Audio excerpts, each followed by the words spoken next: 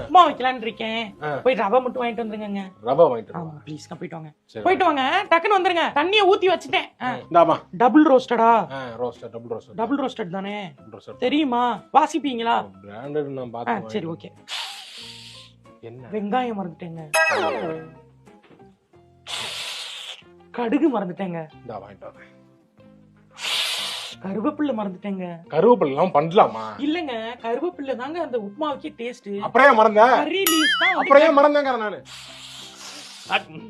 நீ பாத்திருக்கியா? பாத்துருக்கேன். உப்புமாவுக்கு தேவை தக்காளி, வெங்காயம், கருவேப்பிலை, ரவை எல்லாம் தேவை. எதுவுமே இல்லாம உப்புமா செய்யறேன்னு வந்து நிக்க. நீங்க என்ன இருக்குன்னு பாத்துட்டு இருக்கு இது இல்ல எல்லாமே லிஸ்ட் போட்டு நான் பண்ணி தந்துறேன். போதும் போதும் இல்ல வாங்கியாச்சு. இல்லங்க ஏதோ ஒன்னு மறந்தேன், அது என்னங்கறத மறந்துட்டேன்.